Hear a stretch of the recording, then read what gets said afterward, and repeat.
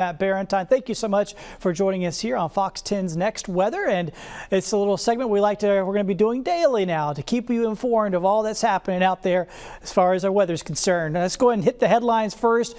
Rain winding down as we go through the rest of the night. Then we look ahead to your Wednesday, the May the 17th. Storms likely again. We're basically going to do the whole thing all over again with a number of scattered showers and storms around mainly in the afternoon.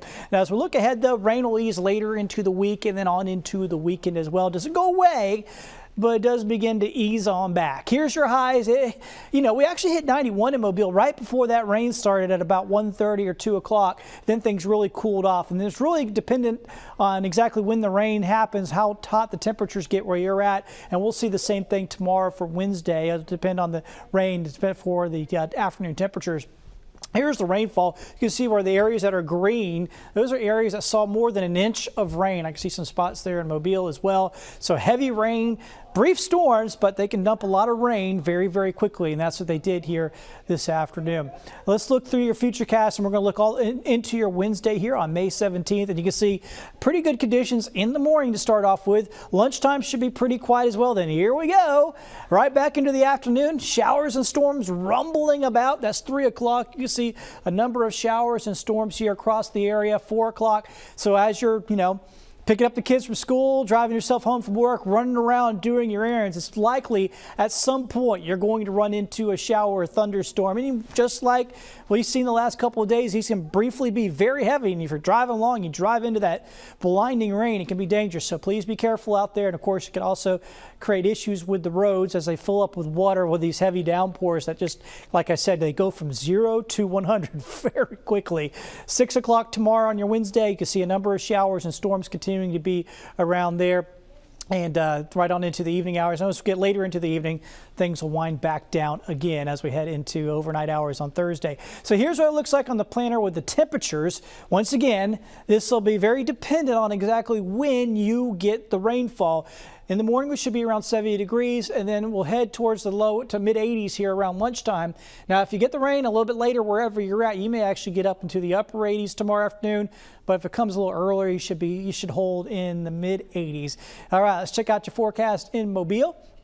Should be humid in the morning, spotty storms around lunchtime, and then just plain out stormy throughout the afternoon there. So get ready, once again, like I said, for those pop-up showers and thunderstorms basically at any given time. Let's check out the scene in Gulf Shores. Tomorrow, could see an isolated shower storm in the morning, but I think it's more likely into the afternoon. Obviously, the rain chances at the coast are lower than for areas up on I-10 or farther inland here tomorrow. Temperatures will be in the low 80s. We have a low rip current risk there tomorrow. Let's check out the eastern shore. Should be a pretty good day for at least the first half of the day. But then we hit the afternoon, and once again, showers and storms will be likely. Like I said, just running around, doing your business in the afternoon, you're likely to run into some of those showers and storms, so be careful out there.